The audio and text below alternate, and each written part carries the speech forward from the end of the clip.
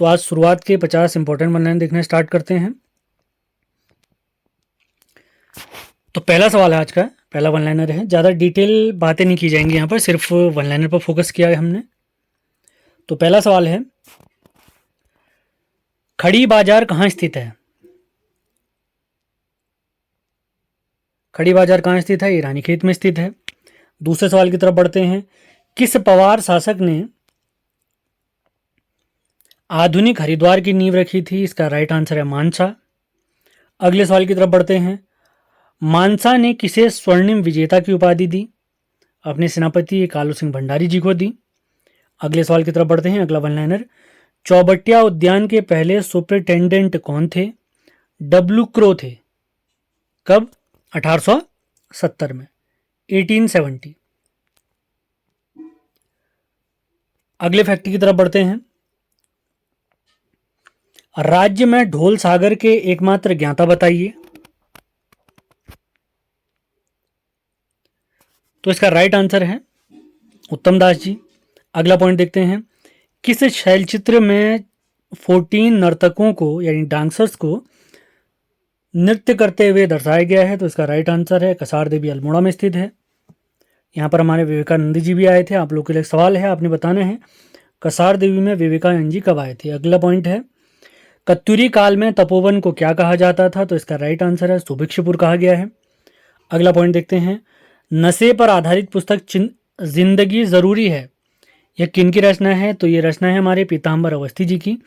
इन्हें नशा मुक्त अवस्थी भी कहते हैं। अगला पॉइंट देखते हैं।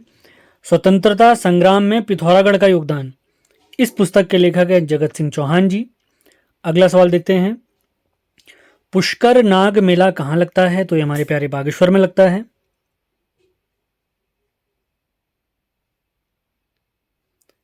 अगला पॉइंट देखते हैं। उत्तराखंड का मनोवैज्ञानिक कवि किन्हें कहा गया है? तो इलाचंद जोशी जी को कहा गया है।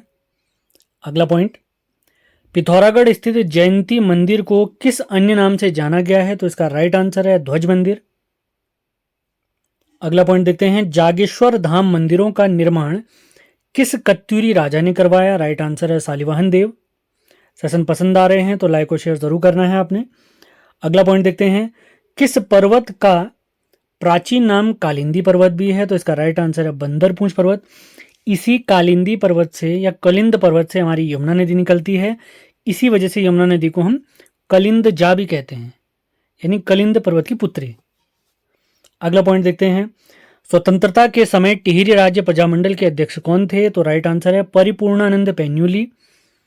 टिहरी राज्य प्रजामंडल की स्थापना अगर पूछेंगे तो जनवरी 23, 1939 देहरादून में इसकी स्थापना हुई है। ये डेट सहित पूछा गया सवाल है तो इसलिए मैंने डेट भी बता दिया आपको।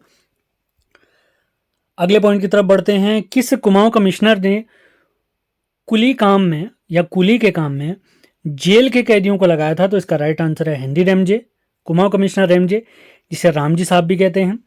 अगला पॉइंट देखते हैं। बद्रीदत्त पांडे, जिन्हें कुमाऊं के स्त्री कहते हैं, इनकी बाल गंगाधर तिलक जी से पहली बार मुलाकात कब हुई थी? तो इनकी पहली मुलाकात 1905 में बनारस में हुई थी। और इनकी टोटल बद्रीदत्त पांडे जी की कुल 4 बार हमारे तिलक जी से मुलाकात हुई है और इसे बीडी पांडे जी अपनी 4 धाम यात्रा के समान बताते हैं। अगला पॉइंट देखते हैं। गोपेश्वर चमोली में जड़ी बूटी शोध संस्थान की स्थापना 1989 में हुई है। अगले पॉइंट की तरफ बढ़ते हैं। पुस्तक उत्तराखंड कितना सच कितना झूठ, इसके लेखक हैं सुरेंद्र सिंह पांगती। काफी इंपॉर्टेंट है, ये हमारे पिथौरागढ़ के हैं। अगला पॉइंट देखते हैं। आधुनिक रानीखेत के संस्थापक हैं विलियम रेमजे। हेनरी रेमजे होगा, विलियम रेमजे नहीं, हेनरी रेमजे। अगला पॉइंट देखते हैं। गलती से हमने गलत लिख दिया यहाँ पर। अगला पॉइंट देखते हैं। मायावती आश्रम के पास कौन सा मेला लगता है? काफी महत्वपूर्ण, ये हमारे लोहाघाट चंपावत में स्थित है। तो यहाँ पर इसके पास में मेला लगता है मानेश्वर मेला। अगला पॉइंट देखते हैं। मायावती आश्रम में विवेकानंद जी कब पहुंचे? तो राइट आंसर है 3 जनवरी 1901। अगला पॉइंट, शीतला माता मंदिर कहाँ स्थित है? तो इसका राइट आंसर है रानीबाग नैनीताल में। अगला पॉइंट देखते हैं। गढ़वाल का अभिमन्यु किसे कहा जाता है? तो इसका राइट आंसर है श्रीदेव सुमन जी को कहा जाता है। इनका रियल यानी वास्तविक नाम है श्रीदत्त बडोनी। ये वन लाइनर सीरीज आप लोगों को कैसी लग रही है जरूर लिख के बताना है आपने। आप लोग के सपोर्ट के बाद ही इसको आगे बढ़ाया जाएगा। अगला पॉइंट देखते हैं, हिमालय नक्षत्र वेधशाला कहाँ स्थित है? तो इसका राइट आंसर है द्वीप्रयाग में स्थित है। पुरानी वीडियो जो मैंने आपको बताई हैं सारे लिंक डिस्क्रिप्शन में दिए हुए हैं, उनको ज़रूर फॉलो करें आप लोग। अगला पॉइंट देखते हैं, सकलाना विद्रोह कब हुआ था? 1947 में हुआ था, जिस समय पे टिहरी रियासत के राजा मानवेंद्र शाह जी थे। अगले पॉइंट की तरफ बढ़ते हैं, ज्वालपा देवी धाम किस नदी के तट पर स्थित है? तो इसका राइट आंसर है पश्चिमी न्यार। तो ये जो न्यार नदियां हमारी हमारी दूधातोली से निकलती हैं। तो दूधातोली शिखर से हमारी टोटल 5 नदियां निकलती हैं। 2 नदियां मैंने आपको बता दी, पूर्वी न्यार और पश्चिमी न्यार। तो बची हुई 3 नदियों का नाम अपने कमेंट बॉक्स में लिखना है। अगले पॉइंट की तरफ बढ़ते हैं, किस अफवाह तंत्र की नदियों को खूनी नदी भी कहा गया है? तो राइट आंसर है पश्चिमी अफवाह तंत्र की नदियों को। अगला पॉइंट देखते हैं, कौन सी नदियों का जल देवताओं को नहीं चढ़ाया जाता है? तो राइट आंसर है नंदाकिनी और काली नदी। अगला पॉइंट देखते हैं, दून स्कूल के संस्थापक सतीश रंजन दास, ये उत्तराखंड में रजिस्टर्ड पहला स्कूल भी है, आपने याद रखना है। अगला पॉइंट देखते हैं, ल्वाली झील किस जनपद में स्थित है? हमारे पौड़ी में स्थित है। अगला पॉइंट देखते हैं, राजकीय डिजाइन केंद्र, ये हमारा काशीपुर में स्थित है, जिसे गोपशाण भी कहते हैं। अगले पॉइंट की तरफ बढ़ते हैं, कुमाऊं में गोरखाओं का प्रथम सूबा बताइए? तो इसका राइट आंसर है जोगामल शाह। अगला पॉइंट देखते हैं, भूकंप संबंधी फिल्म का नाम बताइए? तो डांडी काठी की गोदमा। अगला पॉइंट देखते हैं, टिहरी बांध का निर्माण किस वर्ष से प्रारंभ हुआ है? 1978 से स्टार्ट हुआ है। अगला महत्वपूर्ण फैक्ट देखते हैं, जैव प्रौद्योगिकी संस्थान कहां पर स्थित है? पंतनगर में स्थित है।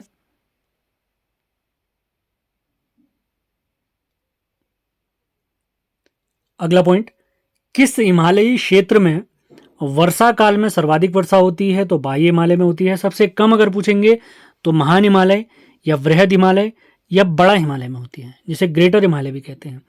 अगला पॉइंट देखते हैं, महत्वपूर्ण फैक्ट है ये, समुद्र तल से केदारनाथ मंदिर की ऊंचाई बताइए? तो 3584 मीटर इसका राइट आंसर है।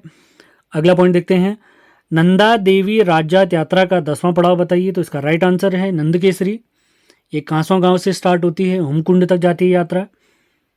280 किलोमीटर इसकी लंबाई है कुल यात्रा की, और ये पैदल यात्रा है। अगला देखते हैं, हिमालय का महाकुंभ किसे कहा जाता है? तो इसका राइट आंसर है नंदा देवी राज्यात या नंदा राज्यात। 40 महत्वपूर्ण फैक्ट हमारे समाप्त हो गए हैं। अब अंतिम 10 फैक्ट की तरफ बढ़ते हैं। तो इस वन लाइनर सीरीज में हम रोज 50 महत्वपूर्ण वन लाइनर देखेंगे। तो 41वां पॉइंट देखते हैं आज का, कैलाश मानसरोवर यात्रा कब पुनः स्टार्ट हुई? 1981 में, क्योंकि 1962 में जब भारत चाइना का युद्ध हुआ था तो यह यात्रा बंद हो गई थी। तो 81 में भारत और चाइना की सरकार ने मिलकर इसको फिर से स्टार्ट कराया है। अगला पॉइंट देखते हैं, बालेश्वर मंदिर समूह को किस वर्ष राष्ट्रीय धरोहर घोषित किया गया? महत्वपूर्ण फैक्ट है 1952 में। अगला पॉइंट देखते हैं, उत्तराखंड की पहली महिला नौसेना लेफ्टिनेंट, इनका नाम है वर्तिका जोशी जी। अगला पॉइंट देखते हैं, राज्य की पहली परिवहन विमान कमांडर, इनका नाम है क्षमता वाजपेयी जी।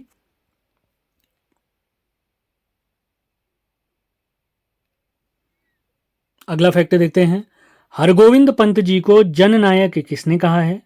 तो इसका राइट आंसर है विक्टर मोहन जोशी जी ने, जिन्होंने 1930 में एक पत्र स्टार्ट करा था। उसका नाम आप लोग लिख के ज़रूर बताएं। विक्टर मोहन जोशी जी ने 1930 में एक समाचार पत्र स्टार्ट करा था, उसका नाम आप लिख कर बताएं। अगला फैक्ट देखते हैं, उत्तराखंड से बने पहले नौसेना अध्यक्ष देवेंद्र जोशी जी, ये अल्मोड़ा के हमारे। अगला फैक्ट देखते हैं, पंडित नैन सिंह ने नेपाल से ल्यासा तिब्बत में एक जगह है, इसका सर्वेक्षण कब किया था? तो इसका राइट आंसर है 1866-67 में। अगला फैक्ट देखते हैं, गढ़वाल की प्रथम महिला लेखिका, इनका नाम है विद्यावती डोभाल। अगला फैक्ट देखते हैं, शिखर जलप्रपात, या जिसे हम झरना भी कहते हैं, ये कहाँ स्थित है? ये हमारे प्यारे देहरादून में स्थित है, हमारी राजधानी देहरादून में स्थित है। और देखते हैं आज का अंतिम फैक्ट, देहरादून को मेरठ मंडल से हटाकर गढ़वाल में कब शामिल किया गया? तो इसका राइट आंसर है 1975, 1975। तो इसी के साथ आज के हमारे महत्वपूर्ण वन लाइनर समाप्त होते हैं। उम्मीद है सेशन आपको पसंद आया होगा। आप लोग लिख के ज़रूर बताएं। आप लोग के सपोर्ट के बाद ही सीरीज को और आगे बढ़ाया जाएगा। और जितने भी महत्वपूर्ण लिंक मैंने आपको बताए थे, हमारा व्हाट्सएप चैनल, टेलीग्राम चैनल, महत्वपूर्ण लिंक, सारे लिंक डिस्क्रिप्शन में दिए हुए हैं, उनको ज्वाइन ज़रूर करें।